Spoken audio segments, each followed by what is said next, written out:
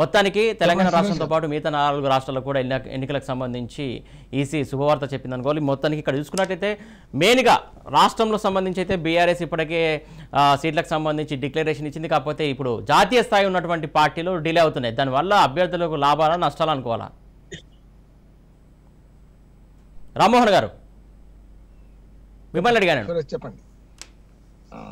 2 విషయాలు. ఒకటి ఏంటంటే మనకి ఇప్పటిదాకా ఎలక్షన్ కమిషన్ ఏ క్షణమైనా ఈ నోటిఫికేషన్ విడుదల చేస్తుందని గత నెల నుంచి అనుకుంటున్నాం. ముఖ్యంగా 6 అక్టోబర్ నుంచి ఏ రోజైనా రావచ్చు అనుకున్నాం. ఎందుకంటే 4 అక్టోబర్ నాడు కొత్త ఓటర్ లిస్ట్ వచ్చింది. సాంకేతికంగా ఈ కొత్త ఓటర్ లిస్ట్ రాకుండా ఎన్నికల ప్రకటన చేయడానికి వీల్లేదు కనుక అక్టోబర్ 1 నాటికి 15 సంవత్సరాలు నిండిన వారిని చేర్చుకొని 4 అక్టోబర్ నాడు మన రాష్ట్రంలో 3,17,17,17 ఓటర్లు ఉన్నారని తేల్చి చెప్పింది ఎలక్షన్ కమిషన్.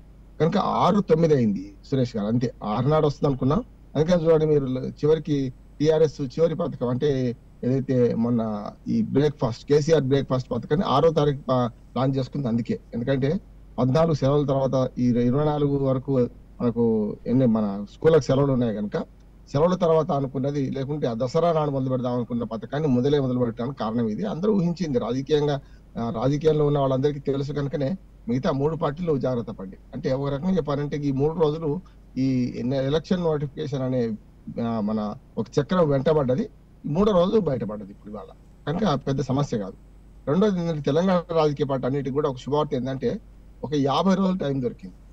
మిగతా వాటిలో నవంబర్ 7 నుంచి మొదలవుతున్నాయి కొన్ని రాష్ట్రాలలో, మిజోరాం కానీ ఛత్తీస్గఢ్ కానీ ఇట్లాంటివి చూస్తే మీకు ఛత్తీస్గఢ్లో అయితే 2 సార్లు నవంబర్ 7, నవంబర్ 30. కనుక వాళ్ళకి టైం లేదు.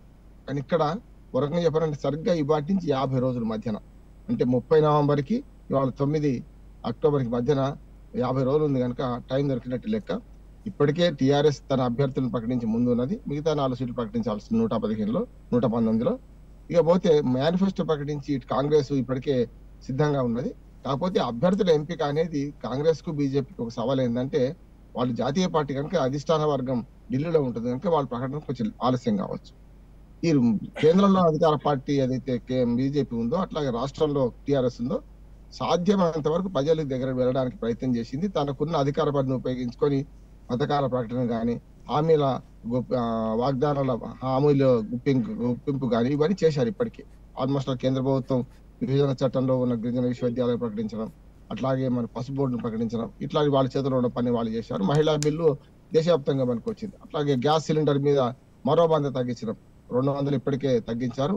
ఇది మన కొన్ని పథకాలకు కొన్ని స్కీమ్లకి. ఆ తర్వాత మరొక 100 మొన్నటి తగ్గించారు.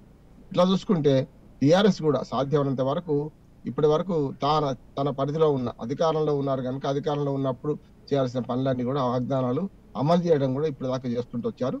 ఇక ముందుంది ముసళ్ళ పండుగ. ఎందుకంటే 16 అక్టోబర్ నాడు వరంగల్ సభ ద్వారా టీఆర్ఎస్ అంటే బీఆర్ఎస్ తన ఎన్నికల మేనిఫెస్టోను ప్రకటించున్నది. ఈలోపు ఎట్లాగో టైం ఉంది కనుక ఇప్పటిదాకా ఈ 2 పార్టీలు ఆయారాం గాయాల కోసం ఎదురు చూస్తున్నాయని నేను అనుకుంటున్నాను.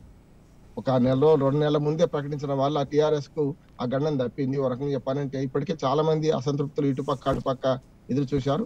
ఇప్పటికీ 2-3 అసంతృప్తులకు పదవులు కూడా లభించినాయి. ఉదాహరణకు రాజయ్య గారికి ఒక పదవి, అట్లాగే మనకి ఇటు